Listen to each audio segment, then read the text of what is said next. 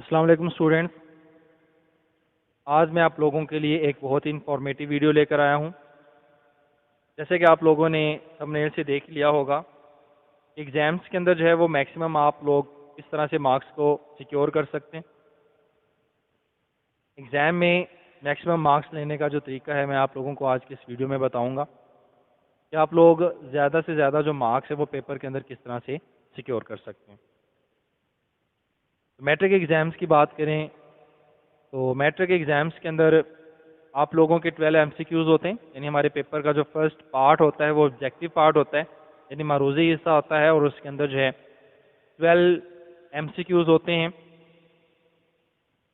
इसके लिए आप लोगों को 15 मिनट दिए जाते हैं कि आप लोगों ने 15 मिनट के अंदर इनको सॉल्व करना है, और सॉल्व करके जो है आप लोगों ने पेपर रिटर्न करना होता है, और ये तकरीबन 15 मिनट के अंदर ही आप लोगों को पेपर जो है वो एमसीक्यूज़ का करना पड़ता है।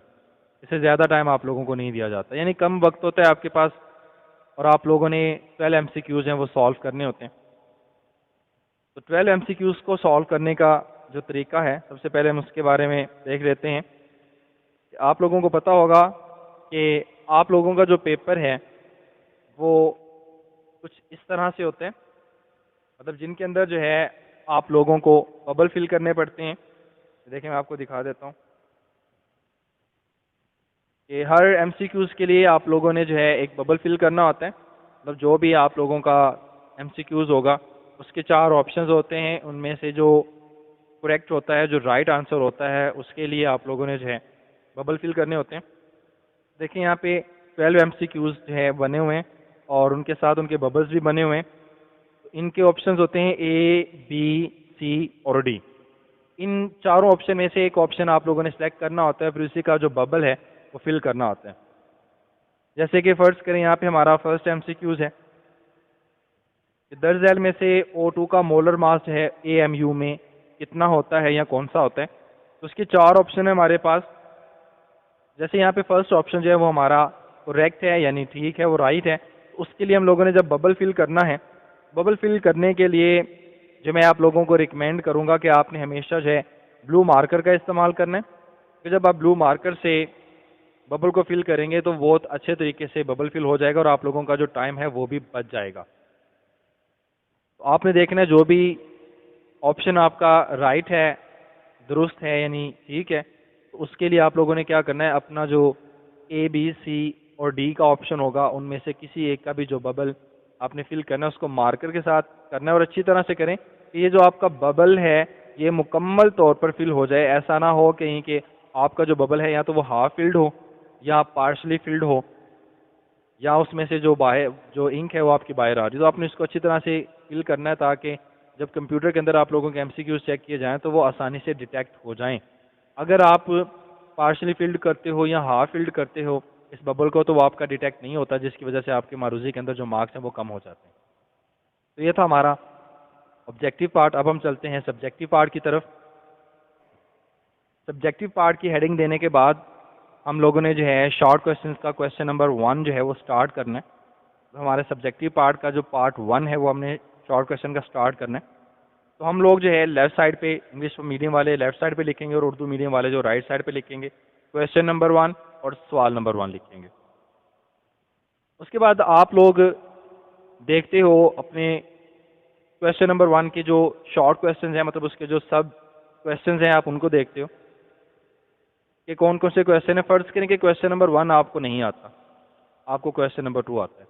जब आपने क्वेश्चन नंबर 2 को सॉल्व करना है तो आपने वहां पे क्वेश्चन नंबर 1 की हेडिंग नहीं देनी, आप लोगों ने वहां पे क्वेश्चन 2 की हेडिंग ही देनी है। बहुत सारे बच्चे ये गलती कर लेते हैं कि कर वो क्वेश्चन 2 रहे होते हैं और लिखा उन्होंने क्वेश्चन 1 होता है, क्वेश्चन नंबर 4 करें और क्वेश्चन नंबर 1 लिखे बैठ जाते हैं। तो जिसकी वजह से जब पेपर चेक करने वाला होता है तो वो सिर्फ क्वेश्चन देखता भी, क्वेश्चन तो कोई और पूछा गया है, जवाब इसने कोई और लिखा हुआ है।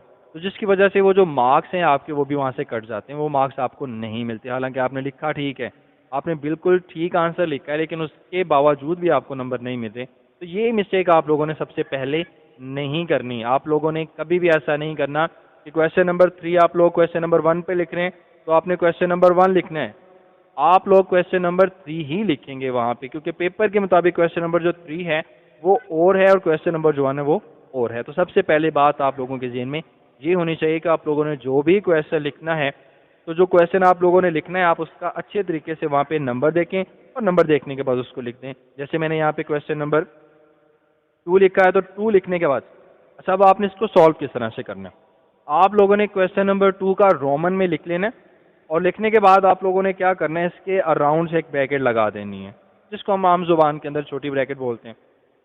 उसके बाद आप लोगों ने इसी ब्रैकेट के साथ लिख देना है आंस, ANS, आंस लिख देना है। उर्दू वाले बच्चों ने जवाब लिख देना है, मतलब जैसे जवाब उर्दू में लिखते हैं हम, जीम वाव और अलिफ और फिर बे, जवाब लिख देना है। फर्ज करें कि मैंने एक क्वेश्चन नंबर जो है वो क्लास 9 से लिया कि आप लोगों ने ट्रेंड लिखना है आयनाइजेशन एनर्जी का, कि आयनाइजेशन एनर्जी जो है वो ग्रुप में और पीरियड्स में जो है किस तरह से बढ़ती है या कम होती है। तो आप लोगों ने क्या करना है, ये क्वेश्चन थोड़ा सा उसके बारे में लिख देना है। जैसे मैंने यहाँ पे लिखा हुआ है ट्रेंड ऑफ आयनाइजेशन एनर्जी, आप लोगों ने ये लिख देना है और लिखने के बाद नीचे उसका जो है आंसर लिख देना है। अब मैंने आंसर नहीं लिखा, लेकिन उसके नीचे आप लोगों की लाइन नज़र आ रही होगी। तो बहुत सारे बच्चे ये भी गलती करते हैं कि वो क्वेश्चन 1, क्वेश्चन 2, क्वेश्चन 3 लिख लेते हैं और नीचे जो है खाली जगह छोड़ देते हैं। तो ऐसा भी आप लोगों ने नहीं करना। हो सकता है आपका क्वेश्चन का जो आंसर है वो इतना बड़ा हो जाए कि फिर वो जगह ही ना बचे आपके आंसर के लिए। फिर बहुत सारे बच्चे क्या कर देते हैं, पेपर के बिल्कुल नीचे लिख देते हैं। तो वो जो है ना पेपर हमारा जो है ना वो एक अच्छी लुक में नहीं आता, वो थोड़ा सा बुरा सा पेपर हमारा हो जाता है कि बच्चे ने नीचे भी लिखा होता है। तो सबसे पहले आप लोगों ने अपना क्वेश्चन का जो आंसर है वो मुकम्मल करना है।